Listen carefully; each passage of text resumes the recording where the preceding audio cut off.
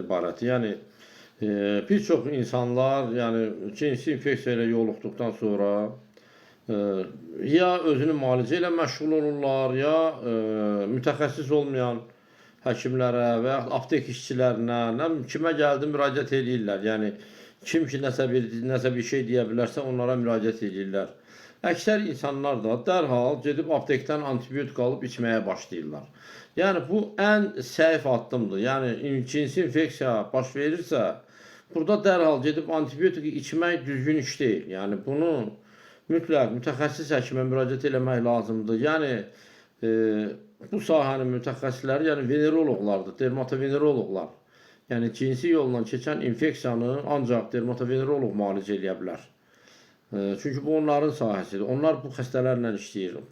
Həkimlikdə belədir. Kim hansı sahə ilə işləyirsə, onu da yaxşı bilir. Ona görə çalışın ki, gözünüz ağrıyanda ayaq həkiminə getməyin, qulağınız ağrıyanda diş həkiminə getməyin. Yəni çalışın ki, düzgün mütəxəssisə müraciət eləyəsiniz.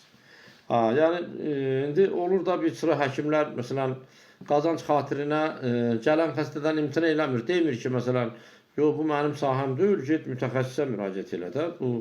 O mütəxəssis daha yaxşı müalicə eləyər.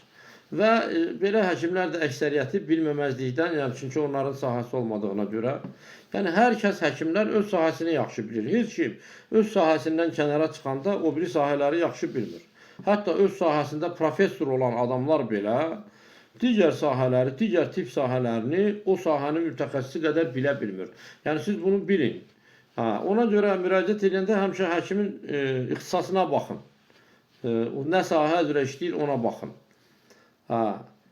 Demək, məsələ nədədir? Belə həkimlər də, ya məsələn, aptek işçiləri də dərhal xəstəyə bir həftəlik bir antibiotik yazır, deyir, ged elə keçib gedəcək. Amma məsələ ondadır ki, bu əlamətlərin sönməsi heç də sağalmaq deyil. Və xəstələrin 90%-i bundan sonra təkrar müayinə olunmur. Deyir ki, keçdi, getdi, sağ olsun həkim və yaxud aptekçi və yaxud yoldan ötən mənə yaxşı məsləhət verdi, dedi, mən o vaxt bu tabletkanı içmişdim, sən də bunu iç, yaxşı olacaqsan. Və içir və fikirləşir ki, məsələ həll olub, mikrob təmizlənib.